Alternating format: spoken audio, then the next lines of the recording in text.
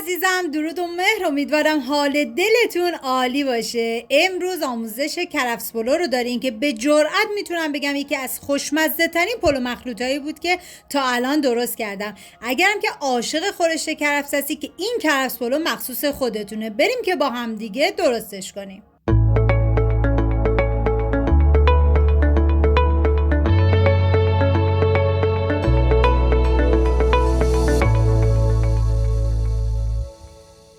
مواد لازم: کرفس، گوشت، پیاز، سبزی کرفس، زعفران.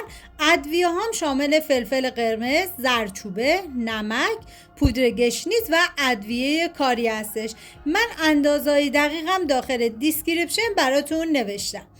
اول پیاز رو به صورت خلالی ما کاملا ریزش میکنیم و سعی کنید که برای این غذا از پیاز فراوان استفاده بکنید که طعمش رو بی نهایت خوشمزه میکنه. و سبزی کرفس هم کاملا ریز میکنیم و به نظر من اگر از سبزی خود کرفس به تنهایی استفاده بشه برای این غذا خیلی خیلی خوشمزه تره و سبزی دیگه به هیچ عنوان استفاده نکنید. و حالا داخل تابه من کره حیوانی بهش اضافه کردم و بعد پیازهایی که ریز کرده بودم و به کره اضافه میکنم، هم میزنم و اجازه میدم تا پیاز کاملا سرخ بشه. یعنی من هرچه از این پلو مخلوط خوشمزه بهتون بگم واقعا کمه. یه ترکیب فوق العاده از کرفس تازه و گوشت چرخ کرده و برنج که عطرش خونه رو پر میکنه. و حالا ادویه ها رو بهش اضافه میکنم. ببینید شما از هر نوع ادویه‌ای که دوست دارین میتونین برای این غذا استفاده بکنید که من از زردچوبه و ادویه کاری، نمک، فلفل قرمز و پودر گشنیز استفاده کردم. هم میزنم و میذارم ادویه ها کاملا تفت بخورن و عطر ادویه ها آزاد بشه. و حالا گوشت چرخ کرده رو بهش اضافه میکنم، هم میزنم تا کاملا با پیاز مخلوط بشه و میذارم گوشتم یه تفتی بخوره. و بعد از اون من سر تابه رو میذارم به مدت 5 دقیقه تا گوشت ما کمی نرم بشه.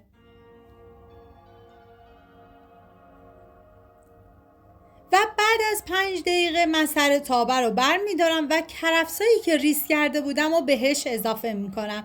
ببینید برای این غذا از کرفسای درشت و پهن استفاده نکنید، هم ظاهر غذاتون قشنگ نمیشه، هم برای پختش اونا کمی سفت‌تر هستن. پس از کرفسای باریک و قلمی استفاده بکنید. من هم میزنم تا با هم دیگه ترکیب بشن و بعد دوباره سر تابه رو میذارم به مدت 5 دقیقه دیگه روی حرارت کم باشه. و بعد از 5 دقیقه سر تابه رو بر میدارم و سبزی کرفسی که ریز کرده بودم و بهش اضافه میکنم.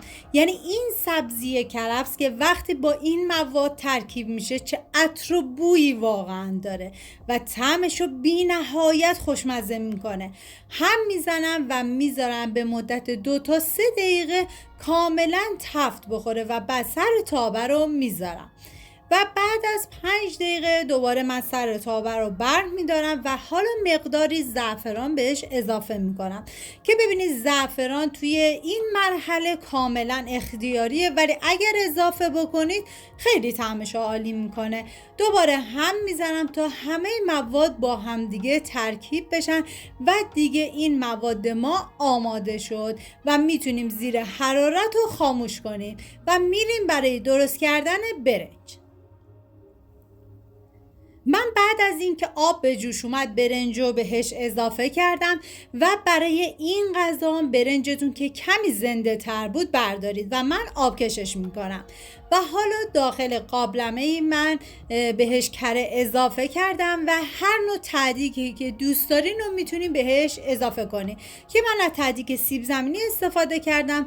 و بعد لایه اول رو برنج رو میریزیم و لایه دومم از مواد گوشتی که آماده کرده بودیم و بهتون توصیه میکنم که حتما درست کنید که بی نهایت خوشمزه. تاکید میکنم که درست کنیم به خاطر اینکه اولین پلو مخلوطی بود که من درست کردم و اینقدر خوشمزه بود.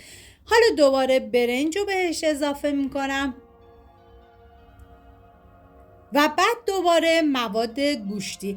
این کار رو تکرار میکنیم تا همه موادمون تموم بشه و لایه آخرتونم همیشه سعی کنید که برنج باشه. حالا من لایه آخرم دیگه برنج بهش اضافه میکنم و بعد از اون مقداری هم زعفرون روش میریزم و میذارم به مدت 1.5 ساعت این برنج من کاملا دم بکشه. ببینید تابه‌ای که مواد گوشتی رو درست کرده بودم، نصف استکان آب ریختم داخلش و به برنجم اضافه کردم و بعد از 1.5 ساعت دیگه این غذای خوشمزه ما آماده است و من مقداری کره حیوانی داغ کردم و روی برنجم ریختم. اگر ویدیو مورد پسندتون بود و تا این لحظه کانال رو سابسکرایب نکردید، خوشحال میشم سابسکرایب کنید و اگر ویدیو رو دوست داشتید لطفاً ویدیو رو لایک کنید. لایک شما باعث میشه که این ویدیو در معرض دید افراد بیشتری قرار بگیره. از این طریق هم از من حمایت کردید و شما فقط ببینید این غذای خوشمزه رو. مرسی از همراهی همیشگیتون. تا درودی دیگر، بدرود.